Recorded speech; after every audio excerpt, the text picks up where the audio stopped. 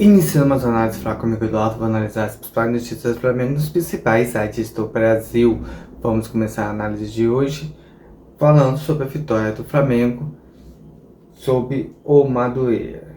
O Flamengo tem a segundo pior público do ano na goleada por 8-0 sobre o Madureira, utilizando o site Coluna do Fla, Jacal, que é onde eu for pegar a ideia da notícia para fazer minha análise sobre o jogo. Então vou começar falando sobre o que o Flamengo apresentou. Paquetá como camisa 10. Fez uma excelente partida. Cebolinha também arrebentando. Acho que o que a gente quer ver quando o Lanús aconteceu quando o Madureira. Transições rápidas de velocidade, muito ofensivo nas suas transições, principalmente pelo lado esquerdo, onde tem Cebolinha e Paquetá. Vamos analisar um gol por gol. Vamos começar primeiro. Primeiro gol do Flamengo foi o escanteio, o gol de Paquetá, mas eu queria falar do lance que originou o Emerson Royal atacando, cruzou, Pedro tentou finalizar, a bola desviou no zagueiro e saiu para escanteio. O Flamengo começou a criar pelos dois lados. O Flamengo caía pela esquerda, pela direita e fazia esse balanço ofensivo, confundindo a marcação do time do Madureira. Cruzamento, Paquetá subiu bem, o Flamengo está com o time com jogadores muito altos. Paquetá, Pedro, Vitão, Léo Ortiz, Alexandro, Emerson Royal, Everton Araújo.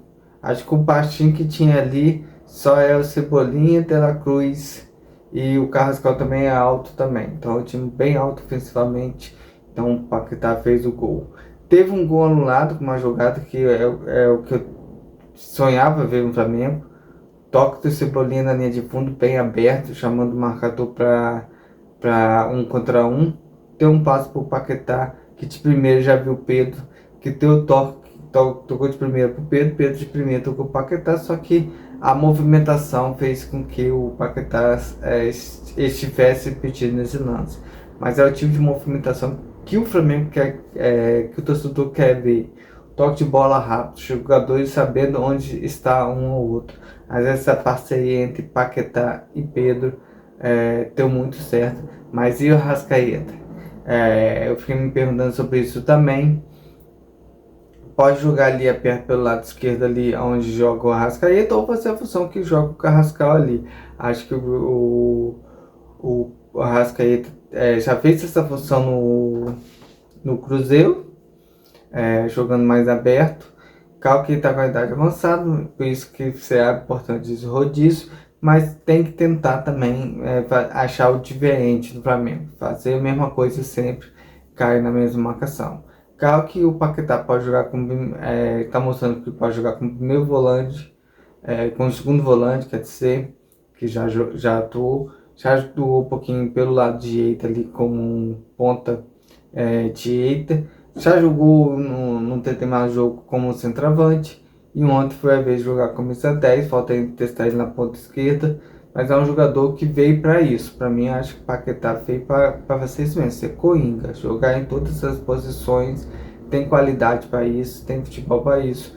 Como um camisa 10 ele está rendendo, mas é um processo até Paquetá, até a Arrascaeta aposentar, daqui a uns 3 anos, acho que é a aposentadoria do Arrascaeta.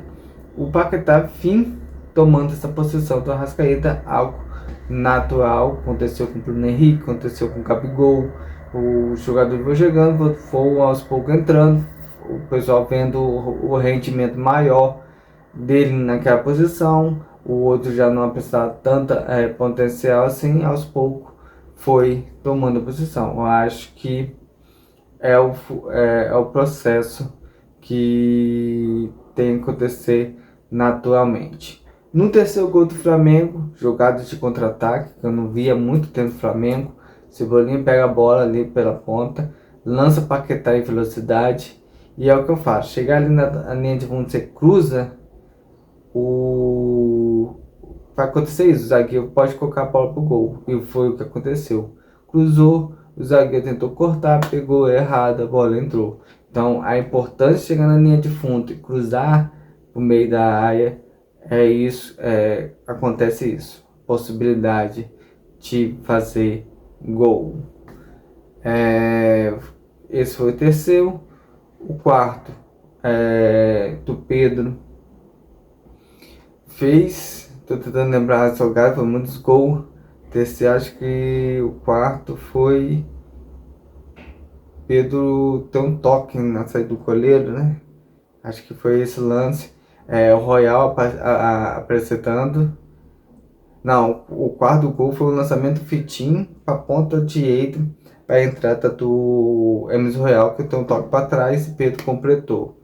Nessa jogada aí é o que eu queria ver com o Lanús, por isso que eu achei que o Emerson Royal seria titular naquele jogo no Lanús, por causa dessa profundidade que ele tá na área, quando pega um time retrancado, como é o caso que foi o Lanús, o time jogou na defensiva, ele recebeu um excelente passe do Fitão, que para mim tá merecendo uma vaga no time titular. Não sei se é o lugar do Léo Ortiz ou do Léo Pereira. Isso aí que tem que decidir é o treinador, mas o Fitão vem mostrando que é um jogador que tá jogando bem, tá bem fisicamente, tá bem tecnicamente, com bastante visão de jogo.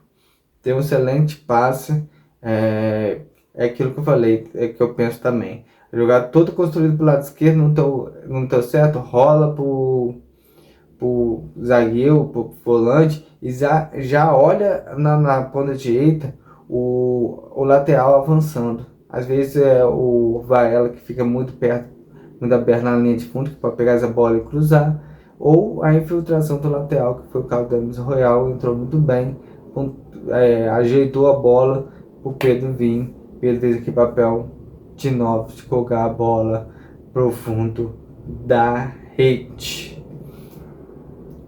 No quinto gol, muito gol, tô tentando lembrar do gol para não confundir. O sexto foi o chute da entrada da área. O quinto gol foi. Não me lembro o quinto gol, tô tentando buscar aqui, mas foi muito gol. Vou pular pro sexto, lembrando como foi o quinto, comento com vocês. O sexto gol foi uma roubada de bola, que o time subiu a marcação.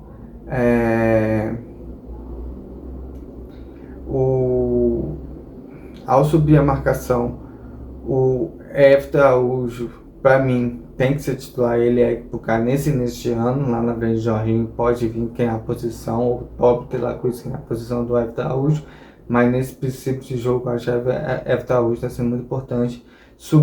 Primeiro subiu a marcação certinha, um toque primeiro, deixa o Pedro dominar a bola e chutar o gol. O sétimo gol é algo que eu venho falando, jogado de linha de fundo. De novo, o Royal toca pro Everton Araújo, que dá um passe bem na linha de fundo. O Royal vai até a linha de fundo, cruza para trás. Pedro domina a bola, ajeita pro Luiz Araújo, que chuta, a bola trava e Pedro faz o sétimo. O oitavo, de novo, uma roubada de bola. O segundo gol também foi assim, uma roubada de bola do Carrascal. Já nesse oitavo gol foi outra roubada que deu um passe pro Samuel Lino, que ajeitou, limpou e chutou. Eu só não tô lembrando como foi o sexto gol, mas o Flamengo fez jogada trabalhada, mas pegou um fraco Madureira, já tinha perdido 3-0, já estava desanimado e veio isso para cá. Eu quero ver agora como o Fluminense consegue desenvolver esse belo jogo que foi desenvolvido nesse jogo de Madureira. Tô ainda querendo lembrar o sexto gol que me fugiu. Mas o Flamengo construiu jogado, foi um time oponente. E você vê esse ano, o Flamengo já meteu algumas goleadas, já fez alguns gols nesse Brasileirão, nesse ano. Então, acho que foi tudo com o Carioca, São Paulo Correio e o Madureira agora. Então, o Flamengo consegue meter, quando joga bem, uma goleada fora de série. O sistema defensivo não foi forçado, estou falando que esperar o jogo contra o Fluminense para a gente fazer uma análise melhor.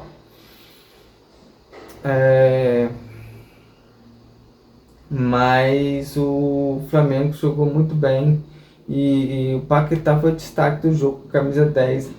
É...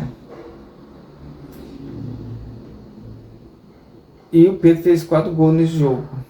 Em questão do público, acho que não é um jogo motivante, é um jogo de negócio, ainda mais que o torcedor está sem dinheiro por causa do carnaval. Como não vou falar hoje 100% sobre o caso da transmissão do Felipe Luiz que está agitando, se realmente estou esperando mais, estou esperando a ficha cair, por isso que vou deixar para amanhã para analisar bem com calma essa transmissão do Felipe Luiz. Mas é aquele negócio, a torcida cobrou, fez protesto antes e no final do jogo. Eu acho certíssimo esse protesto. Eu acho que tem que cobrar mesmo os jogadores, porque ganhar de time teoricamente mais fraco, é uma doença, Bahia, Correio, tem a goleada. O negócio é ganhar de time forte. E o Flamengo, quando teve disputa, principalmente em finais contra o Corinthians, contra o Lanús, não mostrou esse potencial que a gente viu ontem. Então a torcida está mais que certa de cobrar, porque a gente comprou o que o BAP falou, que quer ganhar tudo. Então a torcida comprou essa ideia do BAP e está cobrando isso, que é o Flamengo ganhando. Não importa se joga mal o ano todo, mas chegando na final tem que ganhar, e é isso que a torcida quer. Então vou esperar um pouquinho mais para saber questão do Felipe Luiz. Ontem a entrevista muito boa e foi um pegado de surpresa assim, na madrugada mesmo, pós-coletivo, poderia ter anunciado a saída dele durante a entrevista. Acho que não estaria tanto dor de cabeça como tá dando hoje esse bafafá, acho de uma forma formal, ele falando que ele atingiu o Flamengo agradece o trabalho dele ali na coletiva, sem precisar sair assim. Eu estou esperando os fatos se completarem para fazer uma análise melhor sobre essa demissão do Felipe Luiz e a possível chegada do Leonardo Jardim, é isso? Leonardo Jardim para o lugar do Felipe Luiz. Mas fica aquele negócio ainda, não caiu a ficha, falar até ser hackeada aquela notícia. Entrei várias vezes no Instagram do Flamengo para ver se havia confirmação. A única confirmação é no site do Flamengo. E aquela esperança de ser hackeado, se realmente foi ou não foi ter mentido. Não há só essa nota e não tem mais nada falando sobre essa demissão do Felipe Luiz. E é isso aí, ainda estou aqui querendo lembrar o sexto gol do Flamengo, como o Pedro fez o gol, e tá difícil lembrar, puxar esse sexto gol.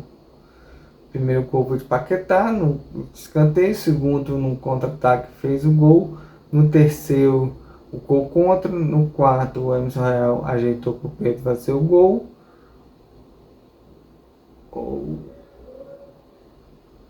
Será que esse foi o sexto que Emerson Real ajeitou para o Pedro fazer o gol? E eu estou esquecendo o quinto? Não sei, só sei que também que é 8-0, então vou deixar isso aí depois, mas foi todas jogadas bem executadas, é isso que eu queria falar. Se vocês assistirem os melhores momentos, você vai ver as jogadas bem planejadas do Flamengo, bem executadas, e é o que a gente queria ver tanto contra o Corinthians quanto o Lanús. Acho que demorou um pouco para que tenha tido essa evolução de movimentação no Flamengo. Então finalizo a análise lá comigo, Eduardo. Amanhã volto mais falando sobre o nosso Flamengo.